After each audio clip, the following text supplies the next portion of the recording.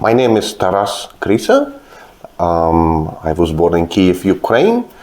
I grew up in Ukraine and Moscow, Russia. That's when I received my early education. And then 1989, me and my family moved to United States. I should say my family took myself to the United States, and I continued my education in the United States. And first as a violinist, then later I slowly moved into conducting. And here I'm in Fort Collins and having a great time. I have been to Colorado many times. My early visit was 1990 as a part of the Aspen Music Festival. I've returned to Aspen several times, and outside of that, I visited to Colorado pretty much every summer because I love the nature, I love the Rockies, and I love skiing. My father is concert violinist. He has had pretty big career. Currently, he's a professor of music at the Eastman School of Music. My mother was a concert pianist. Unfortunately, she passed away.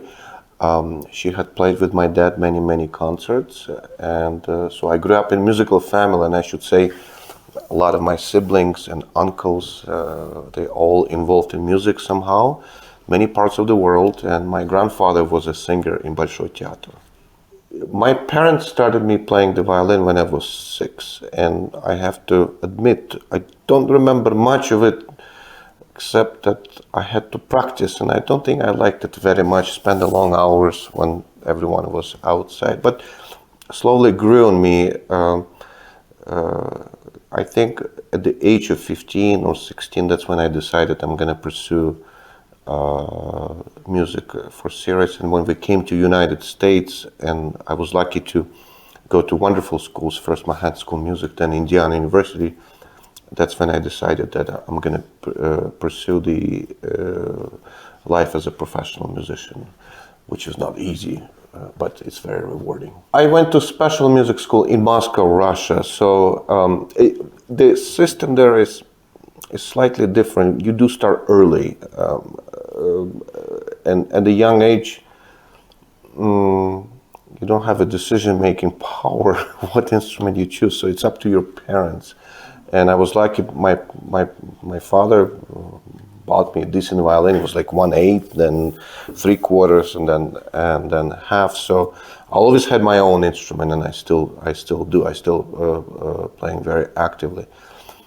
I guess the real decision comes later in your 20s, if you're gonna choose this route and pursue life in professional music versus something else, because it is difficult to make a living in any fine arts medium. Competition is fierce. There's so places to have a position or basically ability to make a living. It's one of my teachers said it's about 85-90% of rejection. At the time, while I was at Indiana University, my last year I started listening and started reading more about music in general and looking at the scores. And what the first was just basically I wanted to open up my understanding of music outside of just the violin repertoire. And then I started liking the orchestral repertoire. That's the first thing that really caught my attention. I started falling in love with this and listening and a bit fascinated with how orchestra sounds. And I must say I like the repertoire, and that's just my personal opinion. I do like orchestral repertoire better than anything that's written for solo violin or violin, piano, or even chamber music. It just spoke to me much more personal than anything else. And I guess the turning point after I graduated from IU, Indiana University, I went to New World Symphony as a violin fellow for 3 years, and that's where I started putting groups together and just trying out what it takes, how does it feel conducting, why, what's the point. And And I kept on doing it, and my music director at the time, Michael Tilson Thomas, he encouraged me basically pursue conducting. I went to a couple places such as Aspen Music Festival and Pierre Monteau School. I went to Europe, attended a couple of master classes with Jorma Panula and some other things. And then I decided to pursue conducting sort of full time. And then all of a sudden, last minute, I took the audition to St. Louis Symphony as a violin section, and I got in. So I decided, okay, I will wait with this because I didn't want to miss the opportunity to play in the major U.S. orchestra for a couple of years to get the even more experience playing in the orchestra. And that's what I did. I played there for 3 years, and then finally I decided to leave the orchestra, and I went to Northwestern University to pursue my graduate study with Viktor Yampolsky. And after that, I basically conducted ever since. Yeah, I did quite a bit of guest conducting in Europe, mostly in Ukraine, Holland, Poland. But I lived in Chicago after Northwestern, and then opportunity came along, a last-minute replacement at the University of Nevada, Las Vegas. They called me in the summer, and they offered me the job for 1 year, director of orchestra. So I agreed, and then they had a national search after that, and I got the permanent job, and I lived in Las Vegas ever since. Yeah. My favorite composer, such a tricky question because, first of all, there's a personal evolution as you grow up as a person and as a musician. You go through composers.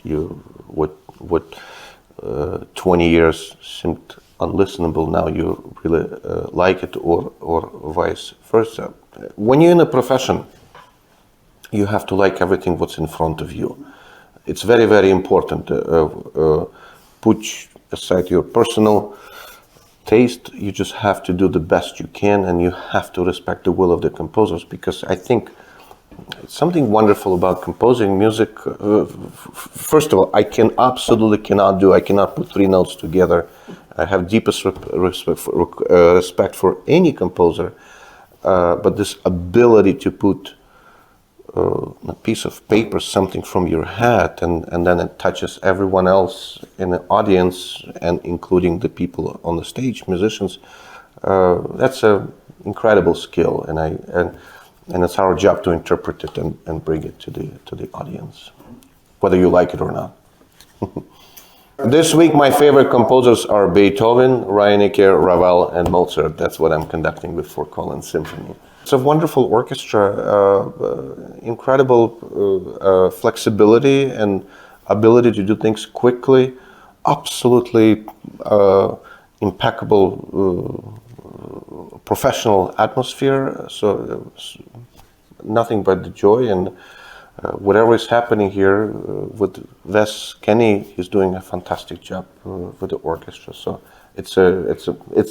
I'm having lots of fun. Big part of what I grew up with, of course, was the rock music, and up until these days, I'm listening Pink Floyd, Genesis, and I come back to it, King Crimson, and so what. I guess yes, and I guess that was a direction with, I think they called art rock at the time, which was sort of the highest form of pop music back in 70s and 80s, and I still listen to it.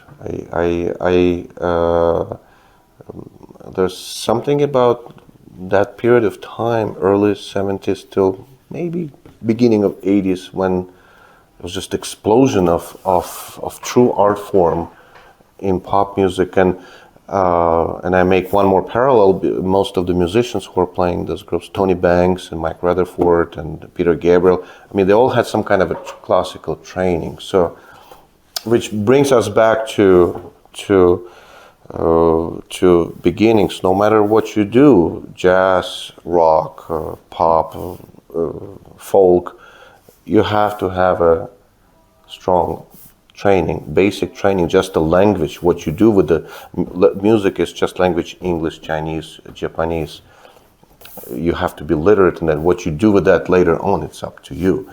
but you have to have basics down.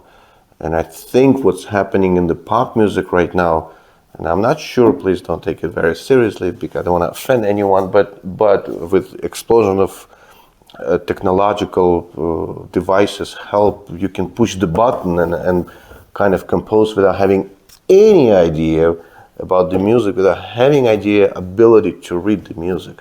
I think that's what's happening, and that's something takes away from the culture in general. You have to live through it, you have to speak it, you have to live it, you have to breathe it, you have to let the blood go if you have to, and then you create. When you perform the music, you portray the certain character, certain picture, image. That's what you're trying to convey, and that's something entirely up to you, your talent, your ability to do it, whether it's classical music, whether it's improvisation, whether it's a rock music, there's such a thing as called talent. What it is, I'm still not quite sure. I believe it takes the village to produce. I would never say, oh, it's only up to the conductor to make decisions. It's up to everyone on stage, it's up to composer, it's up to your knowledge, a conductor.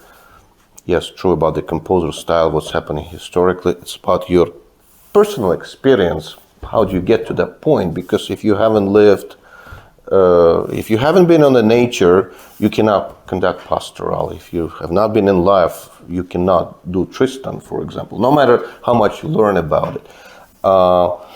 The reason conductors exist because orchestra musicians trust a person in front of them to make things faster and efficient, because if we take a conductor out, what's going to happen? We have 80 musicians on the stage who have a strong, wonderful ideas about composer A, B, C and how to perform certain pieces and so forth. But then you have a democracy and you have a Congress of United States gridlock for 2.5 years trying to decide how to do opening Beethoven 5. So that's why they pick somebody who they trust enough, even might disagree, but so they'll do it much, much quicker. Yeah, within 4 or 5 to rehearsals, not a month and a half debate when we have to listen each person. So that's my view on that. And when I go in front of the orchestra, yes, there's a composers, there's a history, there's a knowledge, understanding, but there's a people in front of you that you have to respect. They're the one actually playing.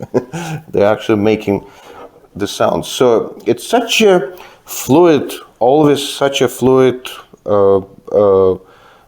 interesting process, fascinating process. And if the chemistry works on stage, the audience is the winner, because they always pick up that the performance is spirited and interesting, and they go home and they talk about it, and that's very, and they remember many months and sometimes years.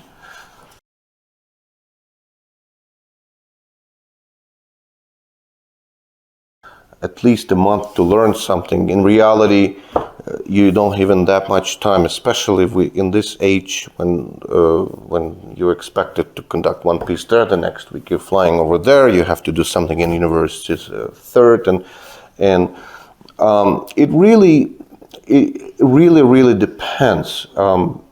And certain repertoire comes easier for me than another repertoire. Certain repertoire I'm waiting to get even older before I do certain pieces. For example, Bruckner. I think I'm going to be doing my first Bruckner symphony 2 weeks from today with the Lviv Philharmonic Orchestra. So I'm 51. That's how long I waited till, and I'm still not sure I'm ready to do this type of repertoire. If it's something very technical like Messiaen or something, you need more time to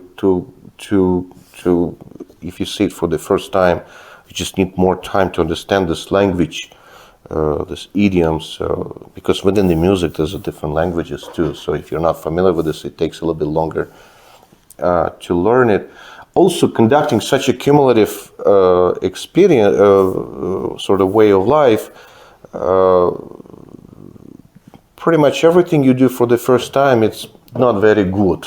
And now I can say that because when I was in my late 20s, 30s, everything I've done wasn't very good. I thought at the time was very good, but now I remember some of those performances. I have recordings. I'm horrified. Who's this guy? Why this weird tempies? It's so fast. He doesn't listen.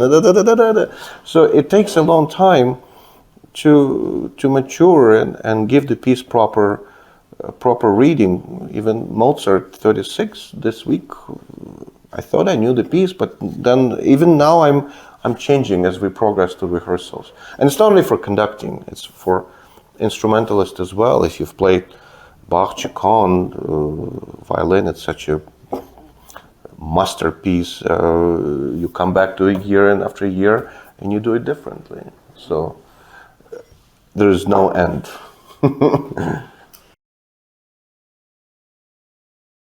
Before Lviv, in Ukraine,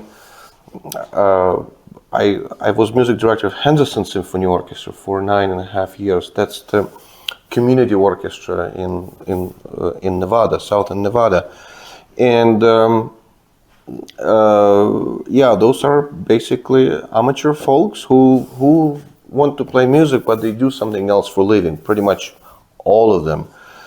And we managed to do repertoire such as Mahler 1 and Brahms symphonies and Janacek Sinfonietta and just a regular MIDI standard symphonic workhorses. And yeah, I remember first rehearsals and it was unrecognizable at times. But then as we progress through, of course, they have a lot more rehearsals to get through. It was very spirited, decent, sometimes very good performances. I mean, most of the time very good. You could hear it's not professionals, but it's okay because they left with something in their lives. Yeah, they played Brahms, they played Mahler, they played Janacek, and so the audience. We built the audience literally from 200 people to over thousands because our tickets were free. Yeah, and so we kind of went into this demographics of people that they can't afford to go to this professional symphony. $40 per ticket. If you have family, parents plus 3 kids, there's no way you can do that. So the same thing with the students. Often the first reading through, because they don't know anything, they're complete zeros. Often, yeah, freshmen. So you're like a hard drive in computer. You have it takes time to download upload the information into their systems, and you'll surprise what's the rate of the improvement is. It's always rewarding. Any performance on the stage is it's a reward in itself. I don't. Now I can say I don't make any difference between students, amateurs, professionals. The dynamics in the group of people are exactly the same. I approach them exactly the same way. I approached everyone as professionals, and if I have to, then I come down, get a little more details if I have to. Whoever comes to perform on the stage, whether students, professionals or amateurs, professionals or students, there's not a single person in the world, musician, who wants to play badly or worse. It doesn't exist. They all want to do better, to the top of their abilities, and that's up to you to bring that group to the next level. Also, everybody who comes to play on the stage, all musicians, whether students, amateurs, or professionals, they want to have fun. It's very important. Yeah, everybody, when they come to work, they want to have fun. And I think if one creates that atmosphere, It's very, very important. And maybe it's not on a symphony orchestra. I think it's in banks too. People go to bank, they want to have fun. I used to like it earlier, before, obviously, before September 11th, when you could run into the airport 8 minutes before the departure, and if the people at the gate nice enough, they still get you on the plane. The security made it less enjoyable when you have to literally undress 3 times. If you fly overseas, everything go back. Now sometimes it feels like you're trying to get on the bus in the rush hour. Everything is filled, and I mean, I like to be in other places. That's of course. I guess I was specifically referring to air travel because, like, past 3 years I was flying between United States and Ukraine pretty much at least once a month or once in 2 months, and it's getting old very quickly.